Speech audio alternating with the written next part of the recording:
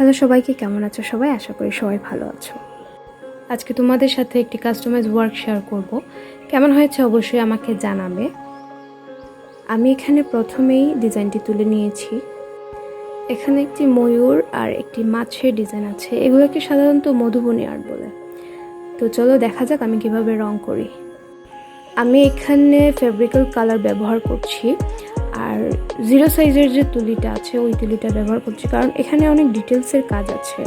খুব ছোট ছোট ডিজাইনগুলো একদম চিকন তুলি দিয়ে কাজ করতে হয়। তোমরা তোমাদের সুবিধা অনুযায়ী তুলি ব্যবহার করে নিও। আমি এখানে 0 সাইজের তুলিটা ব্যবহার করেছি। শুধু 0ই না, এখানে 2-1টা তুলি আমার ব্যবহার করতে হয়েছে। যেমন ব্লেন্ডিংয়ের জন্য আমাকে ব্যবহার করতে হয়েছে একটু মোটা যেটা আছে, একটু বড় যেটা, ওইটা ব্যবহার করেছি।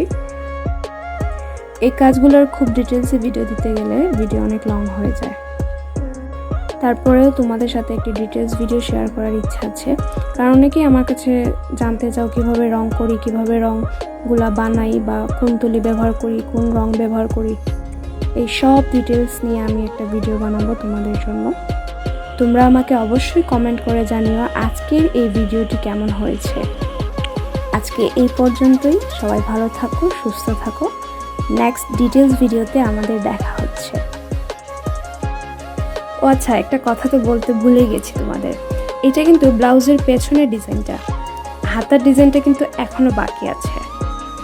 ব্লাউজের হাতায় কিন্তু অনেক সুন্দর একটি ডিজাইন আছে। তো তোমরা যারা ব্লাউজের হাতার ডিজাইনটাও দেখতে চাচ্ছ তারা অবশ্যই আমাকে কমেন্ট করে জানিও।